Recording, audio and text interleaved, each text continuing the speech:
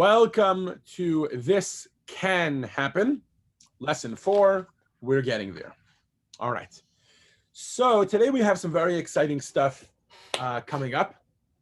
And really, this picks up where a lot of questions left off. Okay, so I don't know that anybody asked it in the online class, but certainly in the in-person class, and some of you I know were in the in-person class when this question was asked. One question keeps on getting asked, which is, in Lesson 1, we spent a lot of time, many of you remember this, in Lesson 1 we spent a lot of time looking at how the world has actually been evolving to Mashiach ever since day one the world was created. But we did that only from a physical perspective, right? So we spoke about how poverty levels, or extreme poverty levels, and mortality, and war, and crime, and cessation of hostilities, and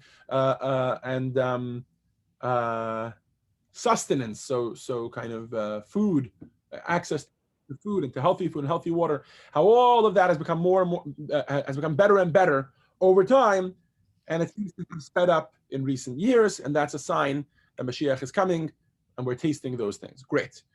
In that lesson, a few of you asked me, and I think some of you even asked me this as a follow-up in a text message, what about spiritually speaking? And of course, right away I said, hold on. We don't even know what Mashiach means spiritually yet, right? But now we do. We've spent now 2 full lessons, lessons 2 and 3, first unpacking the whole world as a whole, why Mashiach is the culmination of the world, breaking through the darkness and seeing godliness in this world. That's what Mashiach is all about. Mashiach is the fruition of all that. Then last week we spoke about a mitzvah, right? How our mitzvahs do that, and they do that in two ways. One more general, that every time we prove God's existence by doing his will, even though we have the choice not to, we bring God's light into the lowest realm.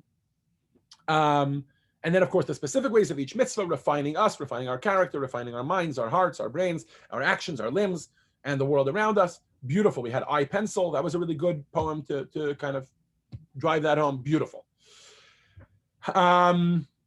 Today, I'd like to do the same thing, but spiritually. Okay, so we're going to go through history, and we're going to see how spiritually a lot of the things that we look at in this world spiritually have actually been leading to Mashiach. But when we talk about these things spiritually, we have a little bit of a challenge, okay? A few things. First of all, if you look, at least from a cursory perspective, at history, it actually doesn't look like it's heading towards Mashiach, right? Here, there's a great slide. I don't know why I took the slide down right there, but if you had to describe, I'm going to skip this exercise, but I think this is basically where we would end up. On page 138 in your book, you have a question. In a single word, how would you characterize the journey of Jewish history? I don't think anyone would characterize it as a stock worth investing in, right? It's not going upwards by any stretch of the imagination. We've had our good times. Our stock has been up, but it's been up and down and up and down. And very often it looks much more like a roller coaster than anything else, because there are better times and worse times. I'm talking spiritually speaking, right? Which very often ties into the physical as well, but let's talk about this specifically spiritually. And I'll tell you what I mean in a moment. That's one way of coming to today's lesson. Another way of coming to today's lesson, which I'll credit to Avshin Akavan, who in the in-person class asked this question 2 weeks ago. He said, amazing lesson.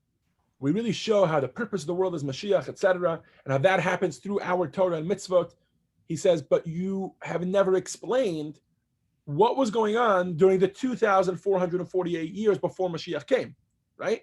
We even mentioned in a previous lesson that when God created the world, he created it on condition that the Jews will receive the Torah, right? So wouldn't you expect that on day 7, okay, maybe there had to be a Shabbos, but on day 8, that would be the giving of the Torah? In other words, you created the world, you made it the darkest world you can, most godly concealment that there is in the world. Now it's time to give the Jews the Torah and see if they keep it. And when they keep it, they're bringing that godliness, and now let them go for 5,000, 6,000 years and bring godliness into the world and show the truth of God, etc. Right? Wouldn't you think that would be the next thing? In other words, what role does those 2,400 years play? Okay? And like I mentioned earlier, specifically, if when you look at it, it all looks like a roller coaster, up and down and up and down. In order to illustrate the point, I'd like to take a moment to ask you all to analyze this item that I have here in front of me. Okay, it's the key to my complex. In other words, like the housing community that I live in. And it's a key, like any other key, right? But it's not an electric key, it's a physical key. And it has a lot of ups and downs. Some grooves that are taller than others, some that are shorter than others. And looking at it from a very cursory perspective, someone would say this looks like somebody did a very bad job of carving this key. Why? Because it goes up and then down, up, and couldn't you just cut it straight? Like what's up?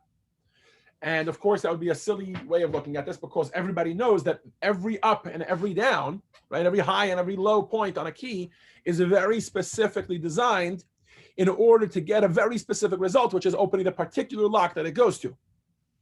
And the argument that I'm going to be making today, and we're going to do a sweeping class over the arc of history up until today, okay, all the way up until today, 5,781 years, the argument that I will make is that not only can we see sense in the up and downs, but we will see that those ups and downs in history were actually necessary. And so I'd like to put on my tour guide hat. And I'd like to welcome you to a tour of a 5,781 years of history that we're going to do in about 85 minutes. Okay? That was a good metaphor, by the way. Everybody ready? Yeah. Thank you. Everybody ready for this? All right. Now, obviously, sorry. Somebody had a question? It's hard always on Zoom. I don't know if that was just somebody unmuting my mistake. So obviously, we are not going to be doing every single up and down, and you're going to have to trust me a little bit that after we do the ones we're going to do today, you will appreciate it, and what should I say? And that it applies also to the smaller ones. I'll reference some of the smaller ones, but for the most part, we're going to do this in 4 stages. Okay, we're going to do an act in 4 stages. Before we do that, let's start off by talking about the most obvious one. Okay, God creates the world. Hold on. Back up for a second. When we, literally backed up. Okay, before we do that, so before we go through that history, here's the main argument that we're going to be making. I want to remind you all what the purpose of this whole thing is. Okay, so we introduced in lesson 2 and then expounded on in lesson 3 that the purpose of this world is to create a home for God. Let's revisit that in the Medrash, and we're going to analyze that text to see exactly what that constitutes. Maraika, if I can ask you to read for us, please, text 1 on page 139.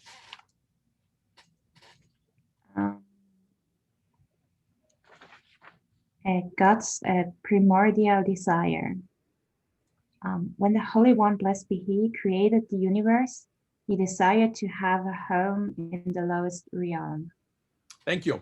So this is a fully loaded 2-sentence mission statement for the world, which we introduced already in lesson 2 and lesson 3. It's from the Medrash. It's expounded upon by Tanya and elsewhere in Chassidus. Beautiful. What I'd like to do now with you is to try to establish, if we can, a checklist, a simple checklist of what are the items that are necessary in order to get to this home for God. Okay? So based on this 2-line mission statement for the world, what are the most important things? Okay, so let's start with, when the Lord blessed be He created the universe, He desired to have a home. You know, let's start off with something simpler, something we've discussed already. In the lowest realm, right? So just to remind you, lowest realm is not something, it's not spatial, right? We're not talking about lowest or highest. It's also not further or closer to God, as we mentioned, because God is everywhere. So you can't be further or closer from God. So what is it? It means that the aspect of revelation, how much we allow godliness into our lives, or how much godliness is allowed into our lives. Stan, good to see you. Yeah. And that's where we are here. Okay, so that's what lowest realm means. Now let's go back to the word home. In that lowest realm, what does God want? God wants a home.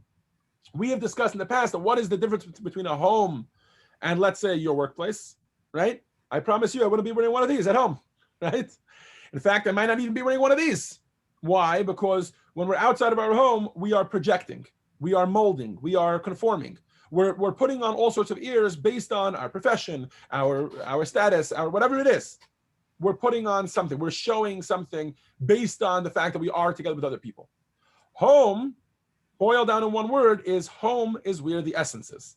Baron, if I can ask you to elaborate on this, please, by reading for us text 2, which is the Rebbe expanding that particular medrash. The emphasis on transforming this material world specifically into a home for God informs us that the ultimate goal is for godliness to be revealed here in the tangible reality of this world, to the extent that naturalness that is analogous to the way a person is when found within his or her own home. When we talk of a stroll or pay a visit to a friend, we are forced to limit our self-expression to the degree that is appropriate for our present location. By contrast, when we are in our own homes, we can be ourselves openly and to the fullest extent. Similarly, the revelation of godliness must be overt and with full expression, for God desires a home in the lowest realm. Furthermore, Jewish law insists that we must not view a king while he is without clothing, for that would undermine respect for the monarchy. Despite that, when he is in his own home, there are specific instances in which the king will indeed be without clothing. Similarly, the ultimate purpose for God's desire to transform our material reality into a home, specifically as that God longs to finally reveal and express himself without any garment, God conveyed this desire to us through a prophecy regarding the future redemption, at which point the goal of establishing a dwelling for God in the material reality will have been achieved.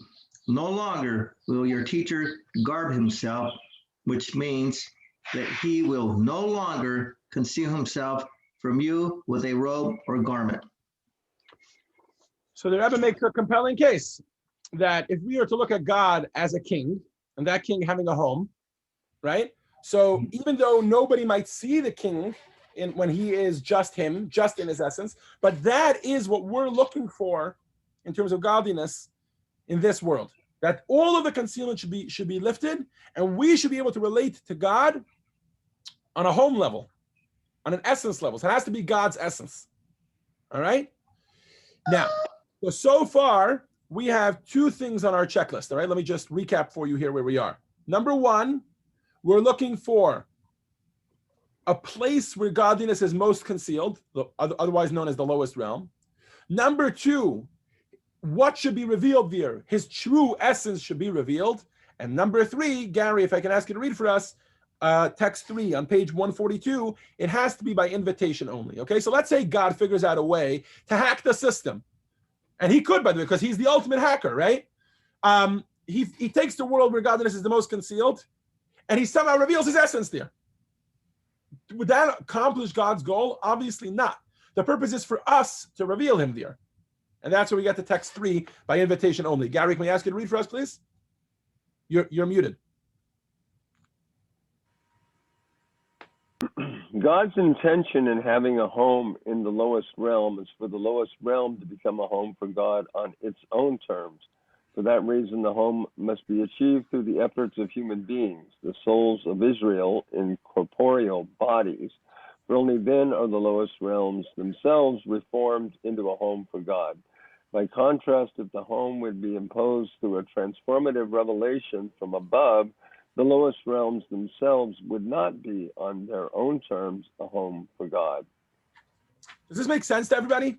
If we say that God desired a home in the lowest realm, it's not really a home in the lowest realm if he just forces his godliness onto us. Of course he can do that, right? And if he does that, he'll have godliness everywhere, just like he always has. But if the whole purpose is that it should be something that we see and we appreciate, that if you force that onto us, but we die in the process, or we become other beings in the process, and we are no longer human beings with freedom of choice to choose you or not to choose you, then God, I'm sorry to say, you already have that. You have angels, you have expressions, you have, even before you created the world, you had that in the ultimate. So if we're saying that the purpose of creation of this world was to create a home for God in this lowest realm, and there's 3 things here. Number 1, it has to be God the way he is in his essence. Number 2, it has to come down to the lowest realm. And number 3, it has to be on our terms. It has to have been created by us. Okay?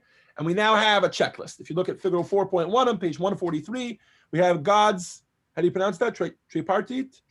Tripartite? Anybody know how you pronounce that? Desire. So God's desire is split in three. And every time we have a high in history, we are going to look to see if those three check boxes are checked. And if they are not, we're going to keep moving through history, but we're going to have to learn from what went wrong. Okay? And we're going to start, of course, right at the beginning. Let me give you a brief overview before we dive into the details. This story, as I said, right now I'll put back on my tourist cap, and I will be your tour guide for the next 75 minutes. That's the proper tour length. 75 minutes we're going to spend going through history and analyzing the greatest highs and the greatest lows in Judaism and trying to appreciate their role in history. This story is going to unfold in 4 acts. You can see this beautifully laid out on page 144 in figure 4.2. We are going to start with the greatest high and low probably known to man to date, which is the creation of the world. As we are told, as the perfect world, Garden of Eden, God puts man in the Garden of Eden. Amazing, godliness is revealed. He's having conversations with God, the works, and then boom, the expulsion from the Garden of Eden through the sin of the tree of knowledge. That's Act 1. Act 2. A couple generations go by, and the greatest man to ever live arrives, Abraham, right? And he comes to this world in which nobody knows God, and he brings godliness, amazing revelation of godliness. Abraham, Isaac, Jacob, 12 children. They start to spread monotheism throughout the world. Can you imagine what a rush that was for God? And they seem to be doing amazing, and then somehow this particular nation, very small nation, 70 people, gets thrust into the worst ever, right? Abraham's monotheistic revolution leads to what? The Egyptian slavery, which is literally the lowest spiritual status that the Jewish people have ever been at. But not to worry, 210 years later, the Jewish people come out of it. And again, there's a massive spiritual high, probably to date the greatest revelation of godliness that happened to the world, which is, and we'll put it all together, the exodus from Egypt, the splitting of the sea, the giving of the Torah at Sinai. That's pretty amazing, right? But that's followed by a tremendous spiritual fall from grace, which is the sin of the golden calf. Not to worry, immediately after that, the Jewish people start rebuilding, right? They rebuild first with the Mishkan, the tabernacle, then the first holy temple, the second holy temple, but all of that comes crashing down, and the Jewish people enter one of the darkest times in history, a time when they are persecuted, they stray from godliness by all outside appearances, until where we are today. Okay, the exile where we are today. And of course, we're waiting for the greatest high of all of them, which is the 5th one, which is Mashiach coming. Now's a great time for me to recap that although these are 4 mega highs and lows, I think you would all arrive at these. If I told you choose 4, I think you would all arrive pretty much here. Maybe you would give me slight variations because you would look at it slightly differently. But there are many other smaller kind of little bumps in the road, using that analogy of the key again, right? There might be 4 big grooves, but there might be smaller ones along the way which are accomplishing smaller goals. Today, we're just going to analyze these 4, and we're going to analyze them with our checklist, which was figure 4.1, about the 3 items that need to happen every time there is a revelation of godliness to the world. We need to make sure those 3 things are happening. So let's start off at the beginning. Should be easy enough, right? God creates the world. God creates the world with this spiritual paradise, we are told, right? He plants a man in the garden. And in text 4, we have the biblical description of that. Stephen Muller, if I can ask you to read for us, please, text 4. You are muted. I'm sure you're reading beautifully, but we can't hear you. Still not? There you go. Okay, I just did. Okay, God planted a garden in the eastern side of Eden, and he placed there the man whom he had formed. God caused to sprout from the ground every tree that was pleasant to see and good to eat. Okay, so that's the biblical narrative. And now, Stephen, if I can ask you to read for us from the Medrash. So this is actually a Medrash on a verse. Let me just set it up for you. And then, Stephen, if you can read it for us, text 5, which describes what exactly that time was like. Okay, so there's a verse in the Torah which says, Basi legani achosi kala, where God says, I've come to my garden, my sister, my bride. And the Medrash is specifically preoccupied with the fact that the garden is called my garden. Go ahead. I have come to my garden, Song of Songs. The verse does not speak of a garden, gan in Hebrew, but rather my garden, gani, for the sake of implying Genuni, my marital home, the location that originally served as my primary residence. For was not God's primary presence originally located within the lowest realm? Okay, so it turns out that it wasn't just a physical thing, that it was beautiful. The Garden of Eden must have been beautiful. It was delicious, you know, all the trees and this, and physically speaking, he didn't need to work, and all the curses that we know come afterwards. Not only was it physically amazing, but it was actually spiritually amazing. God's presence was there, right? Okay, we're ready to analyze. Let's get some raise of hands or chat. If not, I'm going to pick on you. Page 149. Based on the earlier clarification of the purpose of creation, let me remind you what that is. We have three things we need to check off, right? It's figure 4.1 if you're looking for it. Based on our earlier clarification, was this A, the lowest realm? B, was it a home for God's essence? And C, was it created by human beings? We have godliness revealed in the world, but is it checking off those three boxes? Since nobody's volunteering, I'm going to pick on someone. Ron. Whenever I pick on Ron. Okay. So what do you think? Let's start with, is this the lowest realm? Yes. Oh gosh, I really feel bad now that I picked on you. Okay, let's keep going. Let's keep going. Was it God's essence here in the world? No. Okay, why not? It was hidden. Because it was hidden. Yes. All right. Okay, you want to elaborate? Or, I mean, we hear Adam having conversations with God, so he couldn't have been that hidden. No, but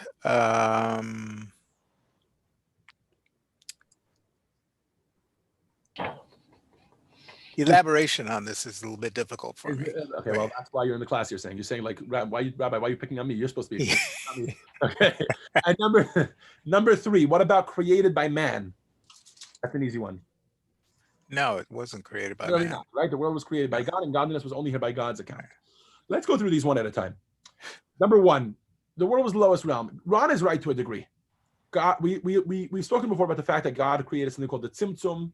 He concealed himself and made sure that it came down in this way, that it was concealed from us, even though he was created. And the very fact that there's a human being that's created means we're pretty darn low, okay? But we have one problem. And that is anything that was created by God, okay, is by definition not the lowest it can get. You want to make something really low? Leave it in the hands of human beings. I promise you, they will make it lower. And indeed, that's what happens. Okay, and we're going to talk about that shortly. The world was low, really low. Godliness was definitely concealed. But the fact of the matter is that everything that was there, even Adam himself, was Yitzir Kapov Shel HaKadosh Baruch Hu, to quote the Talmud. He was the formation of the hands of God. God literally took whatever hands God has or whatever and formed him out of earth. I don't know that that's the lowest that humanity can get. You want to talk the lowest that humanity or the lowest that the world or the universe can get, you're going to have a human being, which is indeed the next thing that happens, mess it up. And now you're in true and total darkness. Okay? And we're going to talk about that shortly. We're going to elaborate on that shortly. The second thing, which is God's essence, which Ron, you got right, that this is not God's essence here in the world, can be answered very, very simply, but you need to have a little bit more biblical knowledge. The Medrash describes that period and talks about what Adam was busy doing. And one of the things that Adam was busy doing was collecting the creations and helping them praise their creator. Okay, but here's the problem. The paradigm through which they saw God was only creator, nothing more. They didn't have a relationship with God beyond creator. And number three, certainly nothing here was done by God. Okay, so it wasn't the lowest realm, it wasn't God's essence, and it was not done by us. It was all done by God. Let's analyze what happens after that, and then we'll understand exactly what's going on here. Okay, so obviously immediately after this comes the expulsion from Gan Eden. Vicky, can I ask you to read for us, please? Text 6a, and then we'll do 6b. So 6a is the Torah describing the expulsion from Gan Eden. And as soon as we start to unpack this, we're going to see exactly what's being accomplished by the fact that there was this high, but now there's this low. Go ahead. So you just want me to do 6a or 6a and 6b? Start with 6a. Okay. God expelled Adam from the Garden of Eden. He sent Adam out to work the earth whence he had been taken. Okay, so God expels him because of the sin of the tree of knowledge, like we know, without getting into the details of the tree of knowledge. Let's just focus on the expulsion, which was the result of it. And let's try to understand what's going on over here. Vicky, please, text 6b. The deeper spiritual reason for Adam's eviction from the Garden of Eden is because God's ultimate goal for creation is that he should have a home in the lowest realm. This goal demands that God's home be fashioned within the realm that is the absolute lowest and using the natural materiality of the lowest realm itself. Adam was therefore dispatched from the Garden of Eden to work the earth, meaning to make the earth's physical dimension of space receptive to divine revelation. This way, even the lowest plane of reality that lacks the overt spirituality of the Garden of Eden will become a home for God, and the divine home will be fashioned from the reality of material existence. Thank you, Vicky. Here was the problem. The world was perfect. The world was created by God. It wasn't really low. It was godliness expressing itself. It was spiritual bliss. That's a problem. Now, would I have told Adam to eat from the tree of knowledge? Probably not. Was it an act of defiance against God? Of course it was. Did it plunge the world in darkness? Of course it was. But even though it was a tremendous descent and a tremendous plunge into darkness, it was, in fact, a step forward. Because he destroyed what was in order to make room for what can be. And that's a very powerful statement. He took the world, which was perfect by the very virtue of the fact that it was created by God. And he said, I am going to, no, not he said, but what he did was he destroyed it. And by destroying it, he plunged the world into darkness, making space for what? Challenge, defiance to God, or what we like to call darkness. He checked off that first box of making the world the lowest realm that it possibly can be. Okay, so if we go back to our checklist, and don't worry, they're going to keep bringing it back up for you. It's figure 4.3 on page 152. In the Garden of Eden, the world was not the lowest realm. God's essence was not expressed there. It was only God as creator, and it was certainly not built by us. The moment that Adam was expelled from the Garden of Eden, now the world had finally completed its creation, so to speak, completed its stated goal of getting to the lowest realm and becoming the lowest realm. Okay, and that is step one. Yes, Vicky, go ahead. I guess I'm just not the smartest tack in the room, because I got to tell you, a lot of what you're saying is going whoosh right over my head. And I'm having other sections I could really understand and relate to, but a lot of this is you're just kind of losing me. Okay. I'm not saying you, I'm saying the text. Got it. Maybe I'm moving a little bit too quickly. Maybe I'm moving a little bit too quickly. Let me start off by saying like this. There is a medrash, which we've introduced in the past, which describes this world as, which describes the mission statement of the world as God wanting to go home down here in the lowest realm. We've elaborated upon that over the past 2 weeks. We've described that the way you make a home for God in this lowest realm is that God specifically created it in order for it to be a place which does not naturally scream godliness. Think back to our piano metaphor, right? He created a piano, and you can choose to look at the world either as a woodpecker does, how can I take out as much enjoyment as I can in this world, or we can choose to break that barrier and bring godliness down to the world. What we are arguing now is that all of the highs and lows that the world and Judaism experienced from day one up until today, they were part of the process of us getting to this mission statement, which is a home for God in the lowest realm. In order to appreciate that, we have to really break down the mission statement. So what we've done today so far is we've broken down the mission statement, and we've established a checkbox based on the mission statement, a checklist, a 3-part checklist. A true home, we've discovered, we appreciate. I don't think it's discovery, because I think this is obvious to everybody. A true home is going to have God in his essence, right? So when Mashiach comes, let's ask this question a different way. Why, when God created the world, was Mashiach not here already? Right? Or why, when God gave the Torah, was Mashiach not here already? Why, when the Beit HaMikdash was built, why were none of these Mashiach, or as we come to know it as the culmination or the fruit or the world coming to its fruition? Why were none of those highs it? The reason is to be found in this checklist, because there's a checklist of 3 boxes that we need to check. It's going to have to be a home for God for his essence. It's going to have to be in the lowest realm.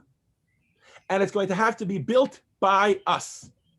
And if it doesn't have those 3 things in their ultimate and in their extreme, then that is not the world reaching its conclusion, because that was the desire that God had when he created the world. Does that make sense, Vicky? Yeah, I'm still not sure I So far, you with me? understand. So far, you with Yeah, me? I'm with you. So what we're doing now is we're taking a tour of some of the greatest highs and lows in history. And we are appreciating that each one of them, while on the surface level, all they looked like was, oh my God, humanity was doing amazing. We had amazing godliness, amazing spirituality, amazing in tune with our Creator. And then, darn it, why did that happen? Right? Like, which at the surface level just looks like a roller coaster. Like, you're going up, you're going down, you're going up, you're going down. And many people point to these things and say, see, there is no Creator. It's just all happenstance. Look at how terrible the world is going. It goes up, it goes down, it goes up, it goes down. If there was a Creator here, wouldn't it just be going steadily up? Our goal is to appreciate that this world is actually like a key. While there are ups and downs, they are all steps forward. They are all part of the process to get to that 3 checkbox culmination of the world, which we will call Mashiach. Okay. So each time there's a low, 1 second, Stephen, we'll get to you. Each time there's a low, each time there's a high, we're going to try to figure out what's missing, and we're going to see that the low that follows that high is actually fixing one of those issues. And that was the step forward that happened. Okay? So where we're holding right now in the lesson is we've done one of them. We still have an hour left of the lesson, but we've done one of them. We've done the rise and fall of the Garden of Eden. God creates the world, and obviously God's presence is there, right?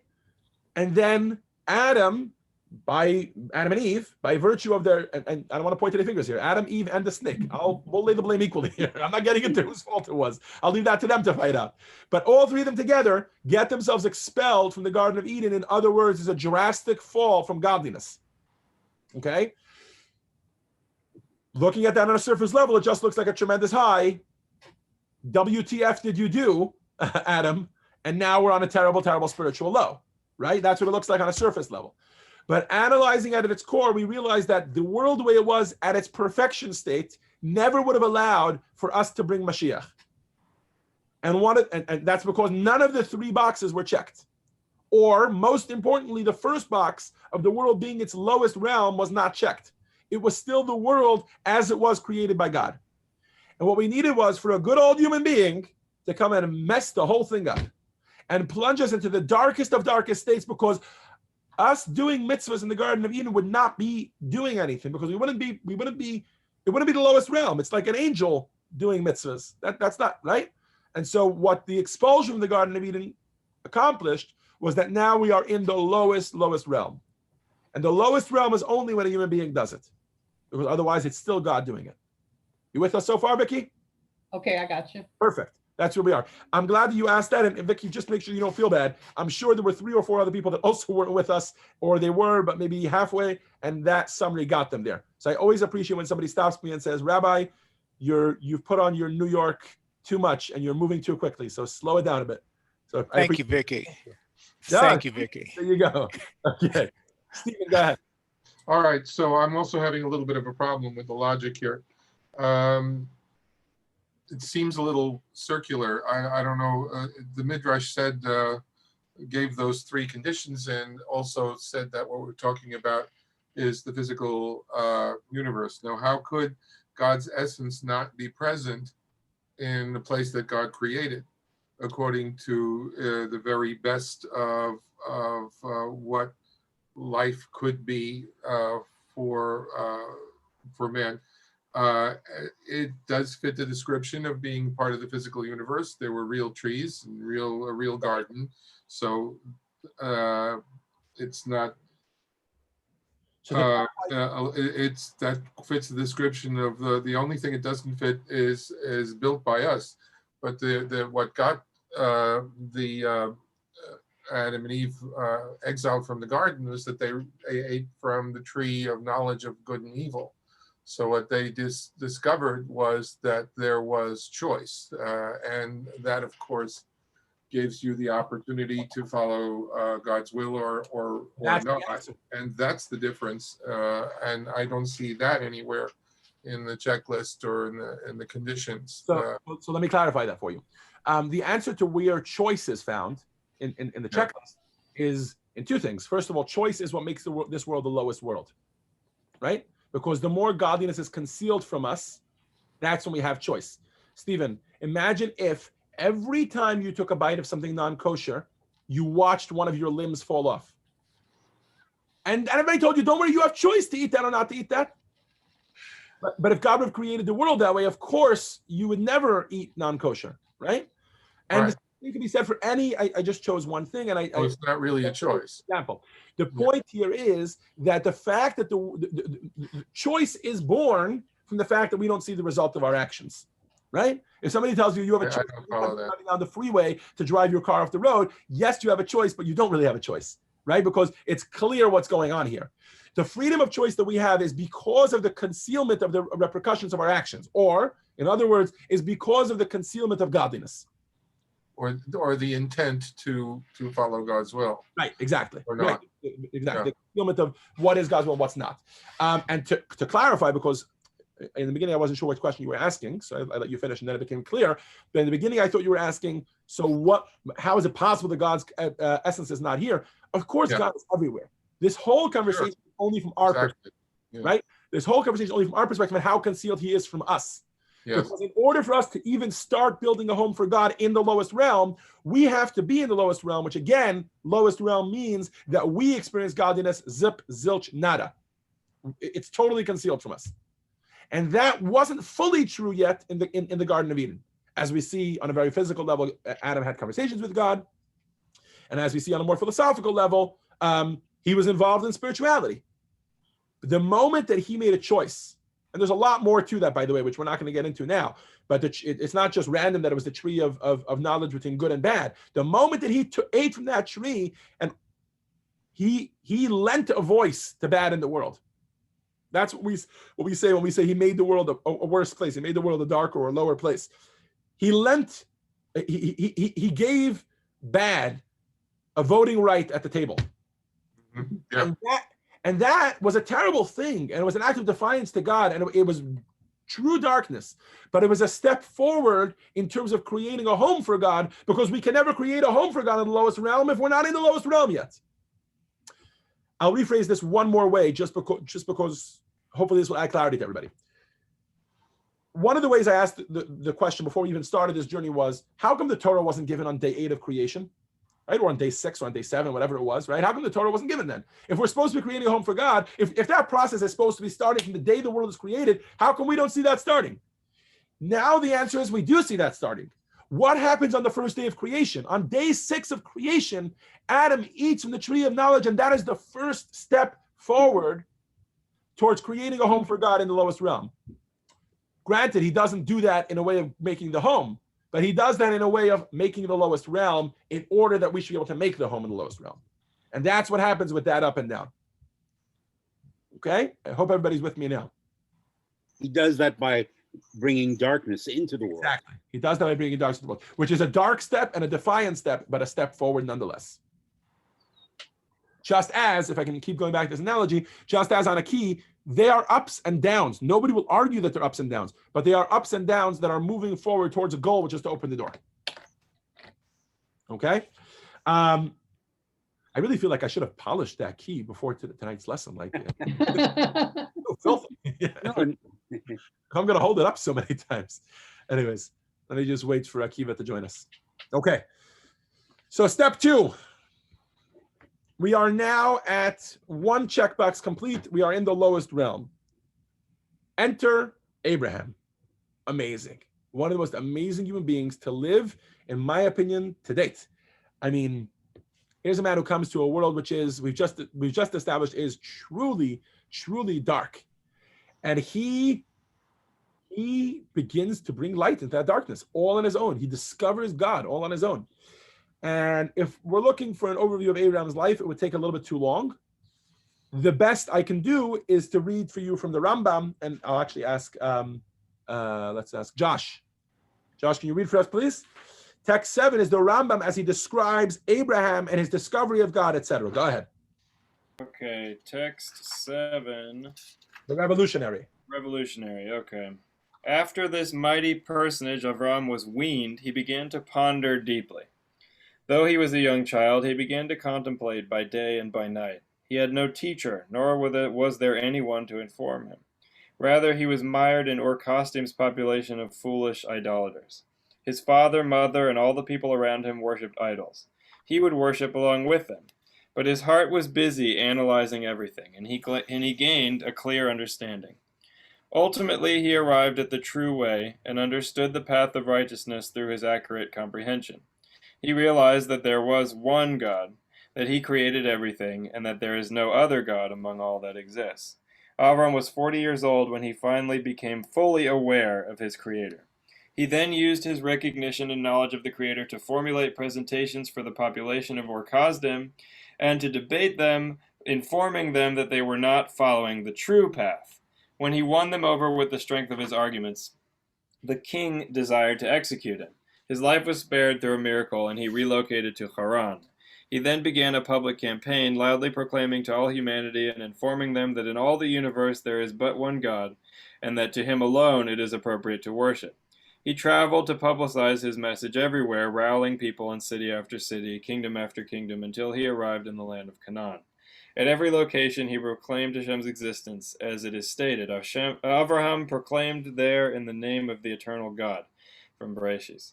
When the people would rally to him, questioning him regarding his statements, he would explain to each individual according to their understanding, until he had brought that individual back to the true path. Eventually, thousands and myriads rallied around Avram. They are the folk referred to in the Torah as the people of the house of Avram, in whose hearts he firmly planted the great fundamental principle. Amazing. What an amazing fellow. At the age of 3 until the age of 40, he discovers God all on his own. In general, discovering anything nobody else has discovered is a pretty awesome process. Like, wait, he's not, no, other people knew.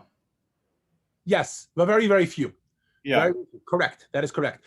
Godliness had not been gone from the world. Thank you, Josh. There were a few folk, and he actually went to go learn by some of them in order to help him along the way. But for the most part, he grows up in Ur-Kasdim. He grows up in a place where there's no monotheism whatsoever. Idol worship is the way of the world. Most of the world is going with that. Your average person goes with the way of the world. All right, so he's already a rebel. He's already a maverick. But then beyond that, he begins to spread that. And, you know, when Abraham dies, I'm not sure how unique of a person I would have said he is.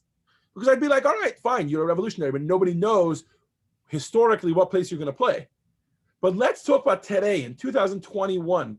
I think if you had to choose one person who literally had the greatest effect on humanity as a whole, Abraham does a pretty darn awesome job. He starts monotheism, spreads monotheism, starts a legacy of monotheism because he teaches it to his children, which, by the way, is one of the things that God points out about him, right? That he led this as a movement. He wanted his children and to tell everybody else about it. Right? That's pretty darn amazing. And today we look at it, and most of the world believes in monotheism. Not the entire world, I get that, but most of the world, the 3 greatest religions in the world for sure, right? And that's pretty darn amazing. From God, for sure. What was that? Not for sure. Not for sure? What are the percentages? By Rambam, Christianity is not. In the times of Rambam? No. I'm talking about today, 2021. You're talking about most of the world believes in monotheism. Oh, you're saying according to, well, okay. Let's say most of the world believes in God. I understand what you're saying, that according to the Rambam, Christianity might not be actually believing in God, and it probably depends. Not monotheistically. Right, exactly. Like there's these other versions, and it probably depends which branch of Christianity, from what I understand. But leaving that aside, let's just talk about the presence of God into the world. Okay? If we talk about it from that simplistic perspective, Abraham has done some amazing, amazing work. And that's why he is our next up. And it's not just Abraham. We're not looking just at him. We're looking at Abraham, Isaac, Jacob, right? Avraham, Yitzchak, Yaakov, and their revolution as a whole. Here's the question. Page 157. Did Avram's efforts and the efforts of the subsequent patriarchs to bring divine awareness to the world constitute the fulfillment of God's intention of having a home in the lowest realm? Why or why not? Okay, so let's start with the first one. That's easy. We already know we are in the lowest realm, so that box is going to be checked. What about the other two? The Jews, the pre-Exodus Jews, the pre-slavery to Egypt Jews, and whoever else was associated with them, because it was a large movement apparently. Did they bring godliness into the world? First of all, was it God's essence? And number two, was it built by them? Anybody? You can build on any information you have about this era. It was built by them, but it wasn't, as it says, to be fully at home in the lowest of realms. God wasn't in this world at that time fully. It wasn't essence, you're saying? Yes. His name wasn't even revealed until Moshe. Right. So he was. That verse soon, Josh. You're talking about Va'era, Va'era Lavram al Yisrael Yaakov Ushmi Hashem lo nodati lehem. Right? That I never. Right. That's what you're talking about. That I never revealed myself with the name Hashem. We're going to talk about that shortly. We're actually going to quote that verse soon. So these are some very good points you guys are bringing up. Let me just talk to you about it from a historical perspective. Does anybody know how Abraham publicized the name of Hashem? Can anybody tell me that story? The Midrash? Having people eat at his house, yeah? Very good. So Josh, you want to share the whole story with us? The story goes, people would eat at Avraham Avinu's house.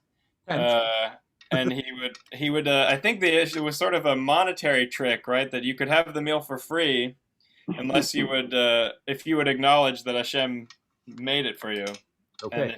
And if you didn't want to do that, if you didn't want to praise Hashem or accept monotheism, then you had to pay some exorbitant fee for highway robbery because you were in the desert. Literally. That's the story as I heard it in school. That is the story as it's told in the Medrash. Gary, would you still say that it was built by people? Is it being forced to with the food? I don't know. Okay. I guess depends who. Some people and some people. Abraham certainly discovered God on his own. That's for sure. If we talk from Abraham's perspective, for sure. And hopefully, even the people who he did it with the money, with this trick, like Josh is saying, hopefully they also began to appreciate eventually on their own. But Josh, one crucial element which you missed was that it was done philosophically brilliantly. Here's how it went: come, eat, sleep, drink, do it all. And they would leave and they would say, Abraham, how can we ever repay you? How can we ever thank you? And he would say, thank me. Why don't you bless to the one who made this food, to the one who created the world? That's who you should really be blessing to. And they'd look at him and go, what? You mean like you want to now start praying to this idol? And he would go, no, let me explain this to you. It can't be that this idol created the world. It must have, and this is how the conversation would begin, right? But it was done philosophically brilliantly in that he would show them, you just ate. It's not all my food. I get it. I prepared it for you and I brought it here for you, but it's clearly not my food. Somebody created the world in such a way that we should all be able to eat. He's the one who you should truly thank, right? And this is the crucial point I want to get to. 1 second, Vicky. The relationship with God is strictly a creator-creation relationship. The level of godliness that Abraham is revealing to the world is not the essence of God as who he truly is. It's only God as he is creator. Let me elaborate. Raise your hand if you are a parent. Raise your hand. Ron, I don't know if you're raising your hand. I can't see. I just have to say that. My hand is raised. It's up. It's up. Okay, good. If you're a parent, then you know something very interesting, and we're going to talk about that in a moment. I don't need you to raise your hands in order to know that every single one of you is a child, right? I'd like you to think back to that moment, and I don't know when it was. I just know that Menachem is not holding there yet, and he's 3.5 years old. But there is a certain point in a child's life, it's probably about 5 or 6 years old, when all of a sudden a major piece of news hits them like a bolt of lightning. My dad has something else that he does other than take care of me. He's not just my dad. We just had, well, not just, but we had Mother's Day, and earlier we had Father's Day. And at the preschool that I sent my son to, they have this little project that they do where they have like a card that he brings home, and it's a questionnaire. It's a questionnaire that he fills out with his mora, with his teacher, his preschool teacher. And they ask all sorts of, standard questions, but that elicit very funny responses from the children, and you save it till they're older, and it's very cute, etc. And they ask them, for instance, what's your mommy's name? And at the age of 1.5 or 2, mommy's name is just mommy. They don't even realize that she has a name. Right? It's just mommy and daddy. Okay, eventually they figure out, okay, Gitti, Zushi, all right, perfect.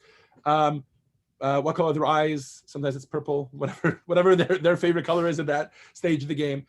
And then they ask them, what is your daddy's job? And Menachem has been filling this out for 2 years, so that's 4 cards, and every single time it's some iteration of, my daddy's job is to keep me safe. My mommy's job is to make food. My daddy's job is to do the laundry. My mommy's job is to take the garbage out. These kind of jobs, all jobs that revolve around him, taking care of him. The fact that I might be a rabbi, the fact that you guys exist and I teach them, he sees this happen all the time. But to him, this is not what I do. This is not who I am. Because for him to think of me as anything else other than his parent is very, very difficult. Now, maybe we start to realize this at the age of 5 or 6. You know, kids come home, and at the in-person class, someone shared this, that one day their kid came home from school and said, hold on a second. Mom, Dad, what do you guys do when I'm at school? like what on earth goes on during this time, right? And then as they get older, it's not just recognize that there might be something else, but they start to realize, you know, mom and dad is really a very limited perspective of me looking at my parents. Of course, that's my relationship with them, but there's way more that they are. And I'm not just talking about my dad is a rabbi or my mom is whatever it is, or my dad is a pianist or an inventor, whatever it is. But my dad is actually a human being who has, you know, ups and downs and emotions and thoughts. He has relationships. He's got this whole life outside of the fact that he's also a dad, right? And that really only starts to kick in to the age of 15 or 20 when kids really begin to appreciate that and maybe even relate to their parents on a level where they can also be an amazing human being, not just my dad. That really doesn't kick in till later. And in order to contrast that, so the parents, which I think was most of you that raised your hands, take a moment to think about the day that you became a parent. Right? Of course, you remember your life before you were a parent, and you were a whole human being with everything you were before that, right? And then you became a parent, and one of the ways of looking at it is everything changed. This child took away a lot of who I was. I started to spend a lot of time on my child, but it never was who I am. I would never describe myself as only being a father. Maybe a much simpler example would just be our vocations, right? Our jobs, our careers. I hope none of you here, if I asked you to describe yourself, would say, well, I'm a lawyer. That's pretty much who I am, beginning, end. That's all of it. Oh, so how's your relationship with your wife? We pretty much have a legal relationship. I defend and prosecute, and she, right? No, obviously not, right? Nobody would only define themselves based on their job or their career. There's way more to who we are. So now, if we begin to recognize that all that Avram really brought to the world was the world should recognize that there is a creator, but all he helped them tap into was the relationship that we can have with God as the creator of the world. We look at this world, we see beautiful, devices and food and books and tables and technology, all sorts of things, and we say, wow, who's the amazing creator who created this all? And sometimes we go up onto a mountain, and we sometimes we need to go up to a mountain in order to appreciate this because we see all the nature that God created. And sometimes we do this by even sitting in a hustling and bustling city, and we recognize that everything around us is created by God, and therefore God must be so great. But to be quite fair, that's a very limited perspective of godliness. In Hasidic terms, this is called God, the way he is perceived as filling the world. But we have the ability as human beings to just as children have that ability with their parents, to one day rise above that and to recognize everything that I just experienced is only God the way he fills the world. But God actually supersedes the world and is way, way beyond that. This is all described in text 8. Stanley, you want to read for us, please? You're already unmuted. So text 8 on page 158.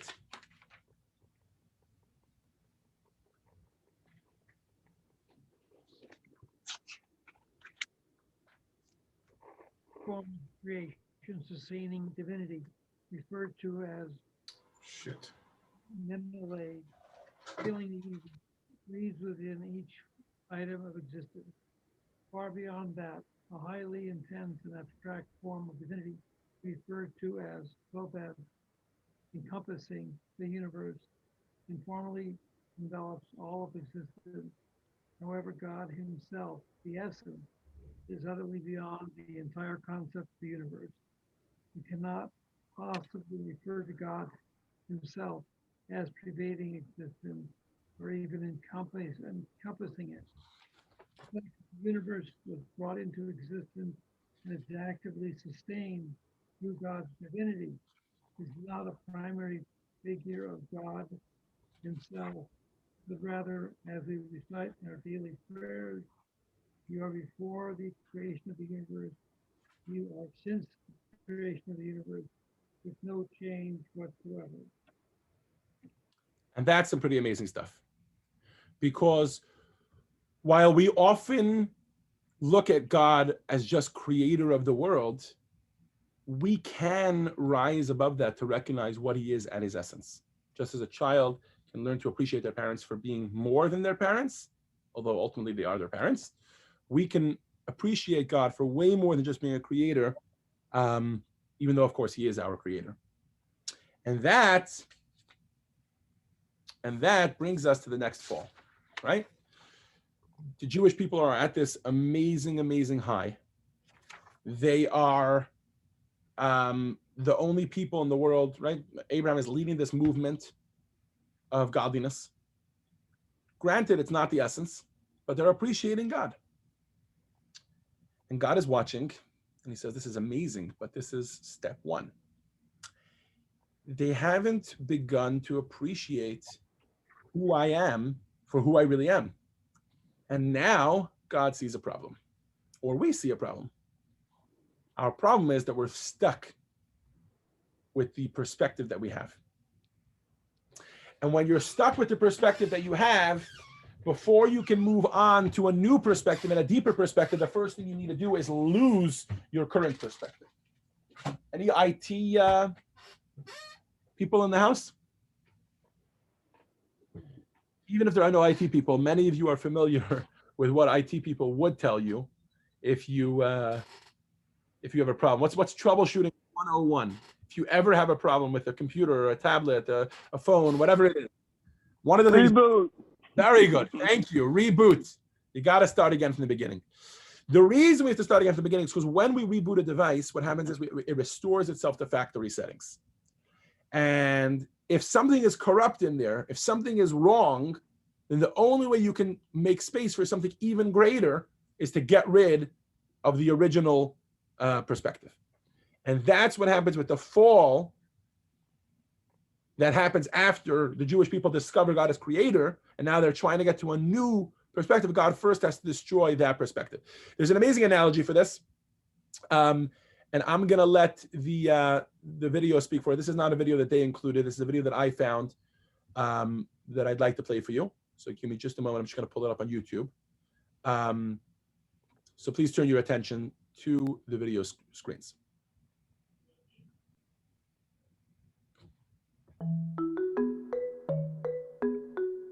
If you want to be something incomparably greater than you've ever been, then you have to lose everything that you've ever had. And the metaphor for that is the seed. Take a seed is meant to become a tree. That's what its destiny is. But if the seed doesn't want to stop being a seed, just wants to become bigger and bigger of a seed, what's going to happen? You could have a seed that is 1,000 times bigger.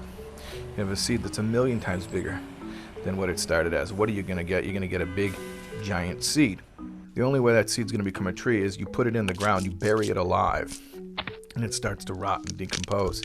And when it loses all semblance of its old structure, when it's completely wasted, you had a perfectly good seed, and a bird could eat it, I suppose. I mean, it has its own value. And then you throw it in the dirt, you throw it away, it becomes ruined, and then when it's completely broken down, it becomes a tree. So there's a saying that when you're down to nothing, God's up to something. If you want to become something incomparably greater, if you want to be comparably greater, you want to matriculate, if you want to go from level 1 to 10 or 10 to 100 or even 1 to 1,000,000, then you can just build upon what you've had. But if you're ready to be completely reinvented, to be something completely new, that only happens when you let go of everything you've ever been. I thought that's an amazing analogy, an amazing perspective. We know this to be true with many, many things, by the way. We know this to be true, look, in nature, in order for a, Menachem has silkworms in his oh, whoops, hold on, it's playing again in the background. I don't know how to close that. It's easy to say, but it's hard to do the possible. Oh, it's not just hard to do, it's impossible to do. It's impossible to have It's that. impossible, Zushi. Sometimes. But hold on, Always... let's just appreciate what we're talking about before we break it down. Hold on. We see this in nature. Menachem has in his class silkworms, and they're waiting for them to turn into butterflies. In order for them to do that, they have to first shed their cocoon. They first have to literally get rid of everything in order to become a butterfly. We see this in ideas. If you understand something through a certain perspective, the first thing you got to do is let go of that perspective, build up from the beginning, destroy that perspective, completely get rid of it, and then you can start from the beginning and really appreciate a new perspective. And we see this emotionally. For this, I think the best person to talk to is an addict. And I don't know that anybody on here is an addict, but if you are, then you know this. If you in the Bible, or I forgot what it's called, the Big Book, which I've read. If you haven't, I encourage you to read it. Even if you're not an addict, you're not struggling with addiction, it's an amazing, amazing read. They talk about hitting rock bottom and the importance of hitting rock bottom. If you're still holding on to something from your previous self and you still think that you can survive as being an addict, you're never going to recover. You have to hit rock bottom where you recognize that there is a zero in addiction. Addiction is destroying me, and I am now destroyed. I am now a decomposed seed. And only then can you start to build something else. Or, in the words of history, take this people who think that they appreciate godliness and whack them down to the ground. They started a movement. And people started to say, ooh, maybe this believing in godliness thing is the real deal. Maybe we should recognize that there's a creator of the world. And then what did God do? God took them and made them the lowest nation that there is in the world in order to rebuild them into the greatest nation that ever was. What do I mean? He brought them down to the world. And let's read this actually in the Rambam. We'll pick up where we left off. I think, Josh, you were the one that was reading, right? Can you finish off for us, please? Text 9 is a little later in that same Rambam, that same Maimonides. You want me to continue from there? Yes, please. Text 9, 161. Okay, 161. Text 9. The concept of monotheism introduced by Avram proceeded and gathered strength among the descendants of Yaakov and those who rallied to them, until there became a nation within the world that knew Hashem. This lasted until the Jews' extended stay in Egypt. There, they regressed. They learned from the Egyptians' ways and began worshipping idols as they did, with the exception of the tribe of Levi, who clung to the mitzvahs of the patriarchs and never served false gods. The fundamental principle that Avram planted came awfully close to being uprooted, whereby the descendants of Yaakov would have returned entirely to the world's erroneous perception of Hashem and adopted their crooked ways. Thank you, Josh. Remember earlier when I said that if I lived right after Abraham, maybe I wouldn't have credited him as being such a revolutionary? You know why? Because what did he do? Avram, Yitzchak, Yaakov, 70 people, they become a little nation, all right, a little movement, and then the worst happens to them. The only nation in the world which is recognizing God as the creator.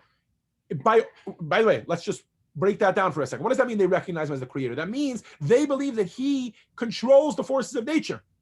And if you look by all natural accounts, they are gone. They are not only enslaved to Pharaoh, not only are the Egyptians up and they're down, but they're so down that the one thing that they had, which was faith in a creator that supersedes nature, and faith in a creator who controls nature, began to dwindle. What does the Torah tell us? When Moshe Rabbeinu, when Moses comes to redeem the Jewish people, v'lo shamu elav mikotzer ruach. They were so deep down in the dumps, they couldn't even listen to an idea that a God might take them out of Egypt. So much so that God had to literally come and schlep them out of the muck. So to summarize this high and a low, where are we? Here we go. Avram reveals to the world monotheism. He starts a movement of the world appreciating the lowest realm. Yes, the lowest realm where you have a choice to either say yes or no to God, begins to say yes. But is it God's essence? No. Is it built by us? Yes. I mean, people are doing it, but it's not God's essence. It's only relating to God as the creator. So now we need a reboot. So God says, here's what we're going to do. I'm going to schlep you down. I'm going to schlep you down so bad that faith is going to be gone. Faith in a God who controls nature will be gone. That whole perspective of looking at God as creator of the world, that will be gone. But I'm doing it in order to make space for a whole new belief in a God that not only controls nature, but is way higher than that. And then he starts the rebuilding process. 210 years later, granted, but he starts the rebuilding process. And what does he do when he starts to rebuild? The first thing he starts is by saying, I just want to show you, I don't just control nature, I break nature. 10 plagues, a splitting of the sea. These are not just God showing, I'm the one who makes the sun rise in the east and set in the west. No. This is God showing, everybody thinks water is water. I can make water blood. Everybody thinks the nature of a sea is to go this way. I can make it stand still.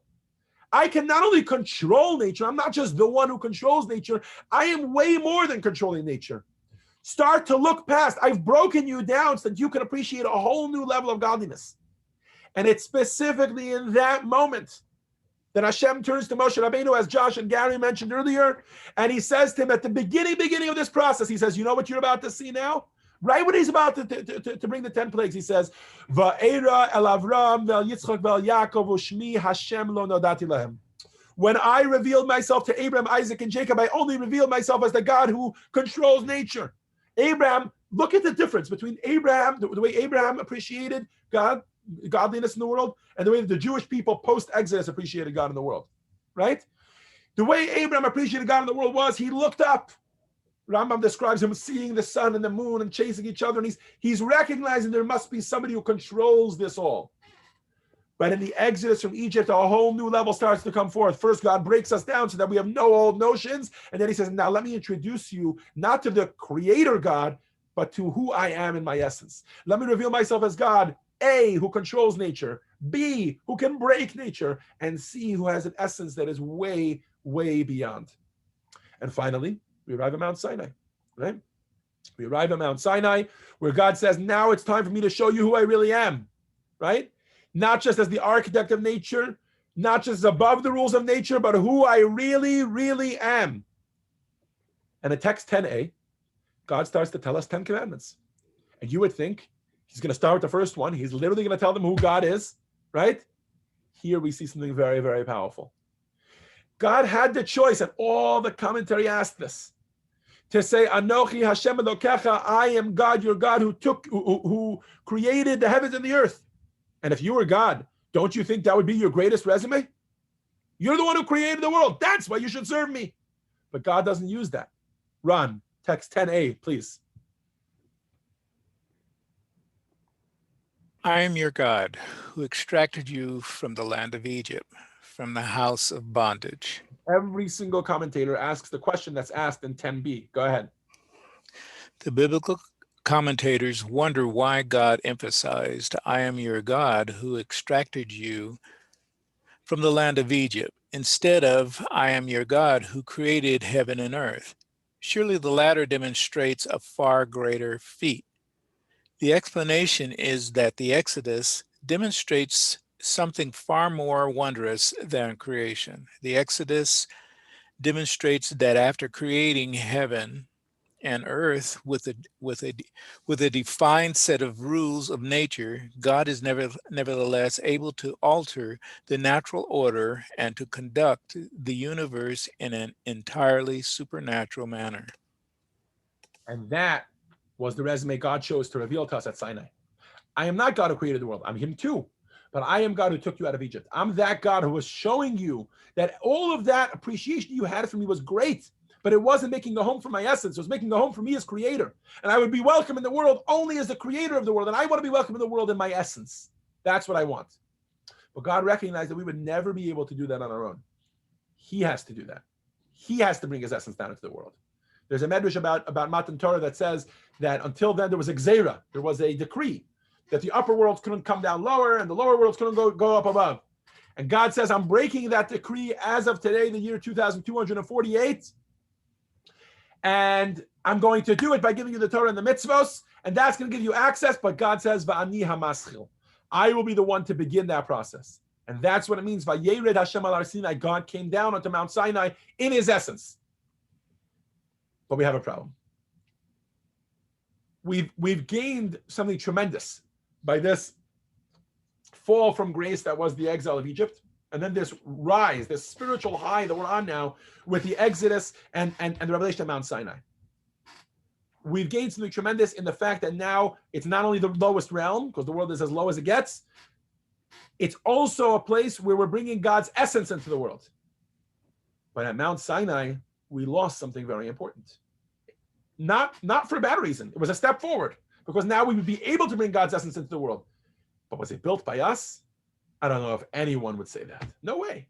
No, I mean, all you need to do is look at the Gemara. The Gemara in Masechet Shabbat talks about the revelation of godliness at Sinai. It says when God said the first commandment, there's two conflicting reports in the Gemara, and then I think there's one opinion that says that they might have both happened. The Jewish people all collectively died, literally. Their souls exited their bodies when God revealed the first one of the 10 commandments. And He had to bring them back to life in order to tell them the second one. And then there's a second statement in the Gemara that tells us that they jumped back about 10 miles. They flew back 10 miles from the greatness of God's revelation coming down into the world. Makes for some great movies. There are some great movies out there, right, about this moment. But was it us doing it? Not by any stretch of the imagination. And therefore, it was time to reboot once again. Not that nothing was accomplished at Mount Sinai. Something amazing was accomplished. We had God's essence come to us. We now can do it. Because God started that process, we can do it. We can bring God's essence into the world. Not only that, we have a mechanism of doing it. That's one of the other things we left Mount Sinai with, right? We left Mount Sinai with the Torah and the mitzvot. But if we have to try to answer the question on 165, do the Exodus and Revelation at Mount Sinai constitute the complete fulfillment of God's intention and purpose in having a home in the lowest realm? Why or why not? The answer is not, because only 2 out of 3 check boxes are checked. Only the lowest realm and God's essence, but it wasn't built by us. And it's time to start again and try over. To start over and try again is what I was trying to say. So Simcha Bracha, in text 11, we start to appreciate what our next step is. Go ahead. Text 11 is on page 166. Sorry, you ran away from the book for a minute, huh? Yeah, 100 and what? 66. Text 11. Text 11. Oh, it's a short one. The divine revelation at the giving of the Torah occurred in a top-down manner. Our lower reality was unprepared to receive this revelation of divine life, and consequently, it was unable to internalize, to noticeable degree, the light that it did receive. For that reason, the revelation of divine light at the giving of the Torah was temporary. It ended abruptly, as described in the verse, when an extended blast is sounded with the ram's horn, they may ascend the mountain, Exodus 19:13. For the divinity dissipated entirely, leaving the mountain unchanged. How come? How come? I mean, it was given and then it was taken. No, it wasn't taken. It was given to us, but it wasn't internalized. In order to answer that question, how come? Why don't we try to apply this to any other area of our lives? Because it really applies everywhere. There is no change in this world that comes from outside of a person. Never, never, right? If an alcoholic has a problem that everywhere that he is, he likes to drink alcohol, and then he goes somewhere where somebody has a gun to his head and says, don't you dare drink alcohol, and that person maybe stands with that gun for 3 years. And there are versions of that. And the person for 3 years doesn't drink alcohol, are they now no longer an alcoholic? No way. The moment that gun is gone, they will continue to drink. The reason is because they are not a changed person. And that is precisely what God wanted in this world. God wanted us to be transformed. And that did not happen at Sinai. We were given the tools for that to happen, but it was not built by us. It wasn't our doing. It wasn't transformation. It was just Hashem forcing something down our throats. Godliness came down. And this answers, by the way, a major question. A major question that many people ask me all the time. How is it possible that the very same nation that stood at the foot of the mountain and heard God say, Anochi Hashem Elokecha, I am God your God, Lo yeh lecha elokim echem, you shouldn't have any other gods. What do they go and do 40 days later? They build a golden calf. They literally rebel against God. This is the answer. They didn't rebel against, they just continued being them. The fact that there was this moment when godliness revealed itself to them, they were like, okay, it's an amazing thing and I experienced it, but that's not me. I didn't internalize that. 40 days later, a couple of movements here, a couple of movements there, a miscount or whatever, different midrashim that explain how they got there. Whatever it is, they ended up in a golden calf because Avodah Zarah wasn't ruled out. Idol worship wasn't ruled out because they hadn't changed as people. Does that make sense, Simcha Bracha? So we need to wait till we get internalized by God. That's what I figure out. My efforts to fight with Absolutely. the We must be, unless God will come and interfere and help. absolutely. In another word that we use to describe this is the word Baal Teshuvah, right? Everybody's heard that word where somebody returns to God. Every person at their level, we are all Baalei Teshuvah at some level or another, where we're returning to God. What's going on? I might do Torah and mitzvah, but if I'm not internalizing it, if it's not part of me, if I'm not on a journey to become close to Hashem, that's never going to happen. And that was the opportunity that was created by the golden calf. Text 12, Arnold, if you can read for us, please. Page 167.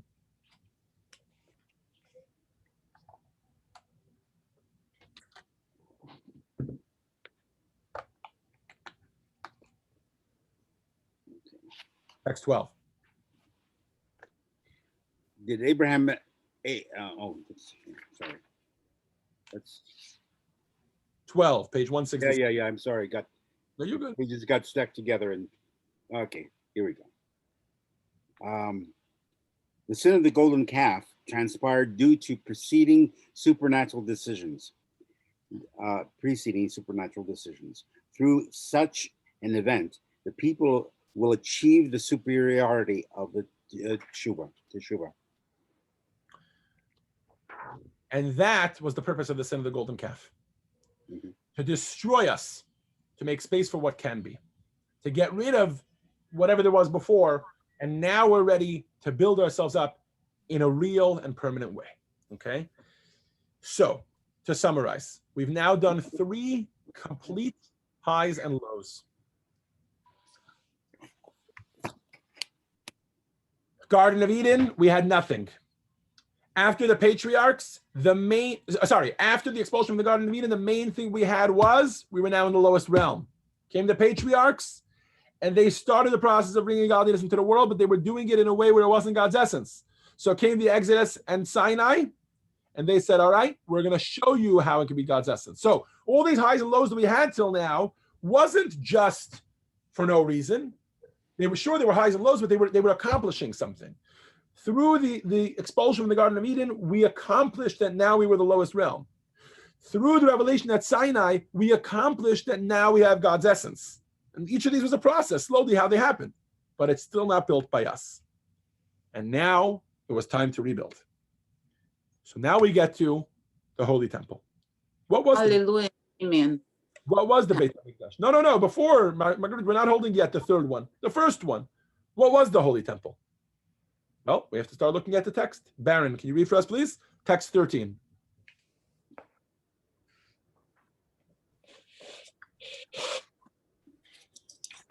After the sin of the golden calf. No. Page 170, text 13. The divine presence was manifested within the tabernacle as a result of the Jewish people's tangible efforts in accordance with their mandate. They should make a sanctuary for me.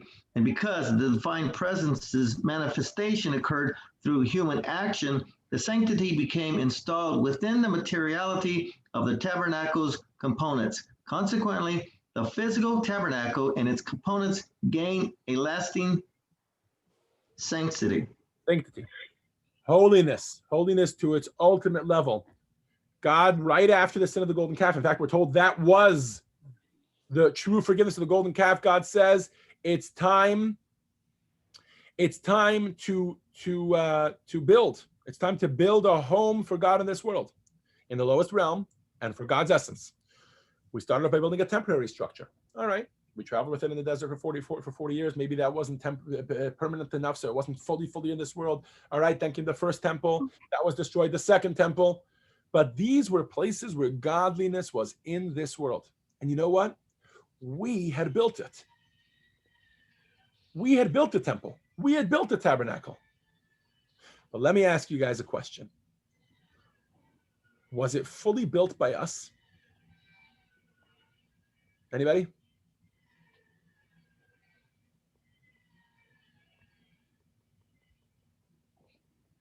Yes, Vicky. I kind of see this as the same way I saw the other comments, and I had never thought of it before, but Okay. the Jews were told to leave Egypt by Moses. They didn't suggest that they leave on their own. Beautiful. Thank you very much, Vicky. How can building a temple for God be us? Us. It's supposed to be us. God is supposed to be at home here inside Zushi Rifkin.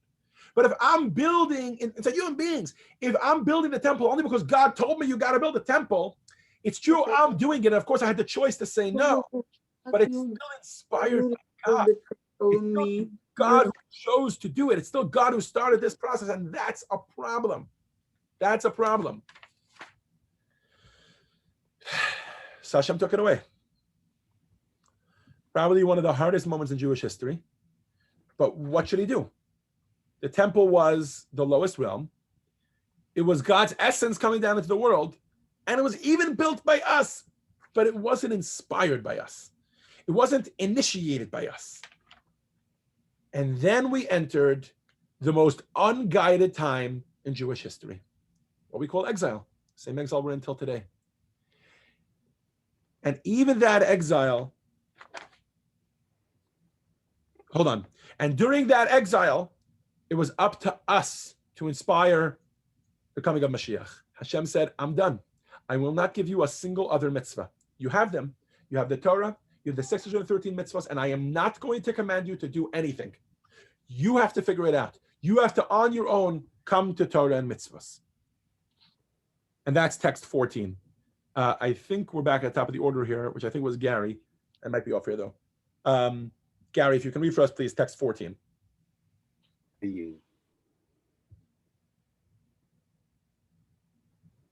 The future revelation in the Messianic era, that is the goal of creation, is generated by our actions in divine service during these times of exile.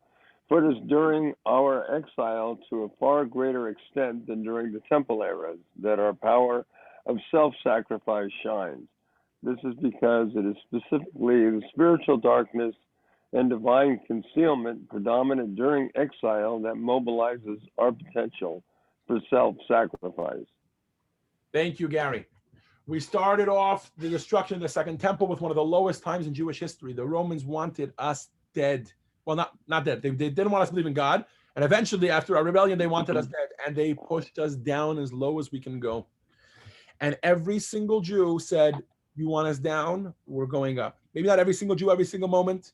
But Jews gave their lives. And they thus started persecution after persecution, Spanish Inquisitions and pogroms and Holocausts and Purims and Hanukkahs. We forgot about those, right? That's right after the temple, right? Well, Hanukkah was during the temple, but Purim afterwards, right? Purim and Hanukkah were during the temple. But all of this persecution, the Jewish people are being told, you cannot be Jewish. It's the darkest time. And what are they doing? They're saying, no, I will be Jewish. I will choose God. Not every time. But every time we do choose that, we bring godliness, not just into the dark world, but on our own, God's essence, through Torah and mitzvahs, into the darkest places in the world. And now we get to the final stage, because that last part actually needs to be broken down. The period that we've been in for the past 2,000 years, what we'll collectively call exile, really needs to be divided into two parts. The first part is what Alan Dershowitz would call the Tsarist theory. Raise your hands. Anybody ever read the Vanishing American Jew? Anybody? I'm the only one. And it's a great read, by the way. In the Vanishing American Jew, Alan Dershowitz talks about certain rabbis that preferred staying in Europe, even though they knew that World War II was coming and the Holocaust was coming? Because America was too dangerous. America was too dangerous. What was keeping Judaism alive, they claimed? For 1,500 years now, for 1,900 years now. What was keeping Judaism alive? Anybody? Not being able to assimilate. Anti-Semitism. Yeah, and the fact that we couldn't assimilate into the cultures. Thank you. In other words, if I tell Menachem, you cannot eat dinner tonight, you're not allowed to put the schnitzel in your mouth. What does he start off right away by doing? Start to eat schnitzel. But let me ask you a question. That's a very deep part. It's a very deep sense of self. A person is willing to give up their lives for Judaism, even though everybody else is telling them no. But is that truly motivated by you? Even then, it's not complete. It's motivated by reverse psychology. It's motivated by they're telling me no, so I will say yes. It's motivated by the very anti-Semitism that's keeping it alive. Now, granted, it obviously takes very strong resolve to stay alive during that time, to keep Judaism going, and that's very, very true. But I will argue that the final stage in which we find ourselves now, the past, I don't know, let's say 75 years, America, right? The golden land, but the land in which now even that motivator is gone. I'm not taking away from the fact that there is anti-Semitism. We just had it on the streets of Los Angeles. It was on the streets of New York, etc. But there is no way that you would get away with calling what we live in today anti-Semitism to anybody from before 75 years ago. No way. They would literally laugh you out of the room. You call sitting on a sushi restaurant on the side of Pico Boulevard or whatever it was, on Beverly Boulevard, and somebody comes and they yell, you're a Jew, and before they start, they give you a couple punches. That's anti-Semitism? Are you kidding me? Right? To the people of 75 years of prior, to the people of Russia and the former Soviet Union, to the people of Nazi Germany before the Holocaust or during the Holocaust, to the people of the Spanish Inquisition, to the people of Khmelnytsky's pogroms, you're going to tell them this is anti-Semitism? No. That anti-Semitism is not motivating you to choose godliness. That anti-Semitism is not any motivator that chooses to tell you to choose God. No. We find ourselves finally in a stage where A, it's the lowest realm. B, God's essence is accessible to us because we can bring down God's essence by being a Torah true Jew, learning Torah and doing mitzvahs. And it's entirely built by us. Because I hate to break it to you, as much as you'd like to say that it's the rabbi's guilt that made you come today on Zoom, it's not. It's not. It's only because you chose godliness. So even this last stage of exile is split into two phases. Phase number one is persecution. And I would argue that the hardest phase of all, the true choice of all, is in freedom. When we can choose to say, I'm going to assimilate, I'm going to be just like all the non-Jews. And we say no. And this is what the Rebbe explains in text 15. Ron, if you can read for us, please. I can read. Okay. Sorry, there's no more readings. Simcha Bracha, why don't we let Ron read? Go ahead.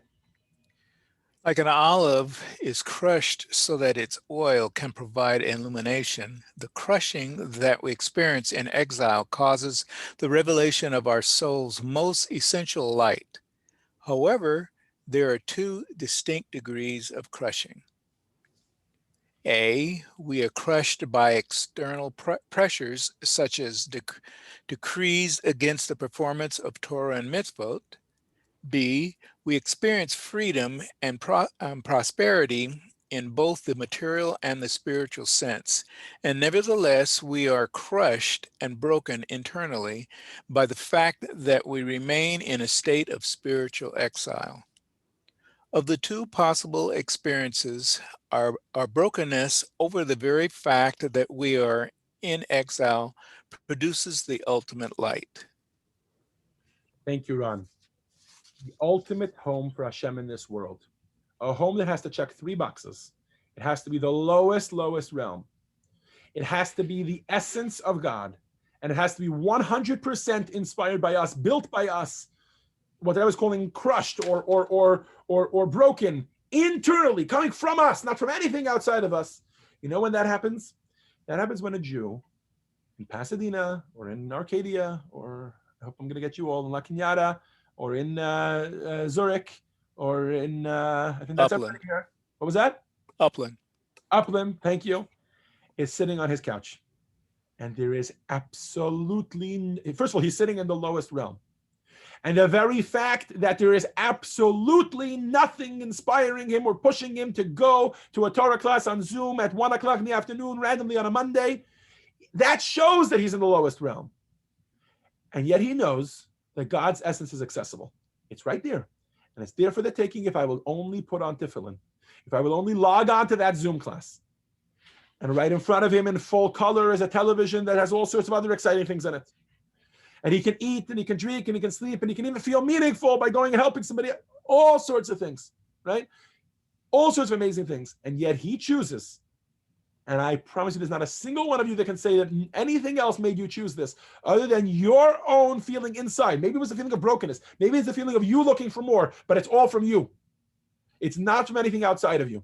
Certainly not from God. And you choose to log on to Zoom and learn Torah for an hour and a half. That's how we create a home for God. That's how we check all three boxes. Today, in America, in freedom, where there's nothing else pushing us to do it, and we choose to connect to God, that's true choice, true transformation that we do of ourselves through God's essence in the lowest of all realms. And we'll conclude tonight's, this afternoon's lesson by sharing two personal takeaways that we can take from this. Number one, of course, is we just went through the whole of history and took some of the highest lows and the lowest, some of the highest highs and the lowest lows, which possibly very often to you looked like a big roller coaster. And where was God during those moments? And we made sense out of it. We made sense out of it. Because there is sense to it. And even in those moments when we don't understand it, Hashem understands it. So then certainly in our own lives, those little ups and downs we experience, which seem like it's just a big roller coaster of life, Hashem has a plan. That's one general lesson we can take. But the second lesson is, like Nike says, just do it.